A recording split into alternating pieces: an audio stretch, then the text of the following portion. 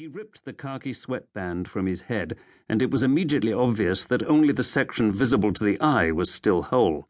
The rest had been torn into strips during the night, each one carefully plaited, the whole joined together in a crude rope.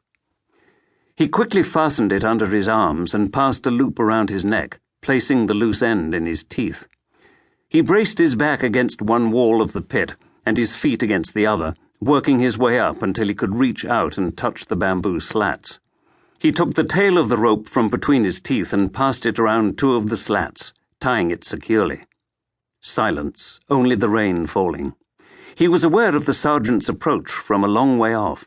He waited, letting the seconds pass, then kicked his feet away from the wall and dropped, at the same time crying out. The bamboo dipped above his head, his body bounced and swung. He turned his head to one side so that the line of the rope was visible across his neck and half closed his eyes, the rope cutting under his arms as it supported his weight. He knew the sergeant was above him now, heard the man's cry of dismay as he knelt, pulling a combat knife from his boot, reaching through the slats to sever the rope. Egan let himself fall hard, bouncing against the wall and collapsing in a heap in the water and filth below. He lay there, waiting, aware of the slats being pulled back above, the bamboo ladder being lowered. The sergeant came down quickly and crouched. "You stupid bastard," he said, turning him over. Egan's two hands came in from each side, perfectly pointed in a phoenix fist, centre knuckles extended, targeting the neck below each ear. The sergeant never had time to cry out. A slight groan, the eyes rolled, and he was immediately unconscious. Egan had the man's jump boots off in moments, pulled them on and fastened them quickly. Then he crammed the camouflage cap with the red star down low over his eyes and went up the ladder cautiously. The clearing was deserted. There was a drift of smoke above the trees, which would be the house. He knew that from his first interrogation. Down through the woods was the river, perhaps a quarter of a mile. Once across and he was safe, clear through to the mountains beyond. He picked up the AK and looked out across the wood at their snow-capped peaks, then started down through the trees. There was a tripwire within 50 yards, which he negotiated carefully, another a few feet further on, so close that they'd calculated it would not be expected.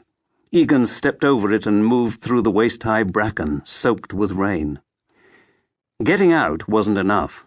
Staying out was the hard part, an old SAS maxim that rang in his head as the trees on his right exploded. Not a landmine. If it had been, he'd be lying in pieces. More likely an alarm charge triggered by an electronic I-beam at ground level.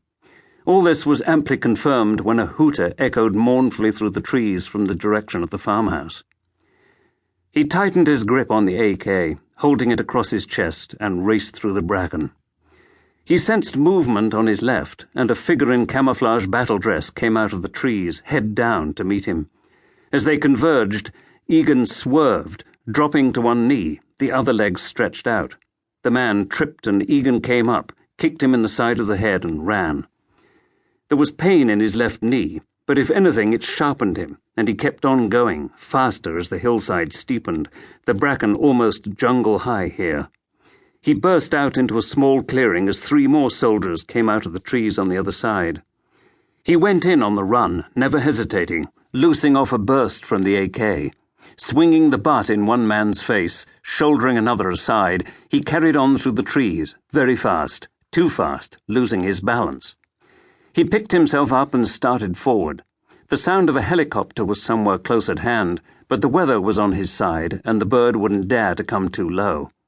Through a break in the trees he could see the river, half obscured by mist and rain.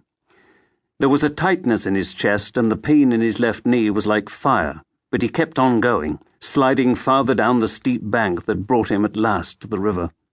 As he picked himself up, someone leapt from the bracken and drove the butt of a rifle into his kidneys. Egan arched backwards in pain, and the rifle came round in a second, braced against his throat. He dropped his AK and ran the heel of his right boot down the man's shin.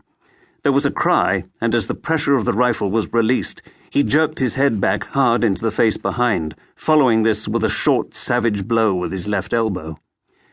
As he turned, the knee let him down finally, the leg collapsing under him as the soldier, his face a mask of blood from the broken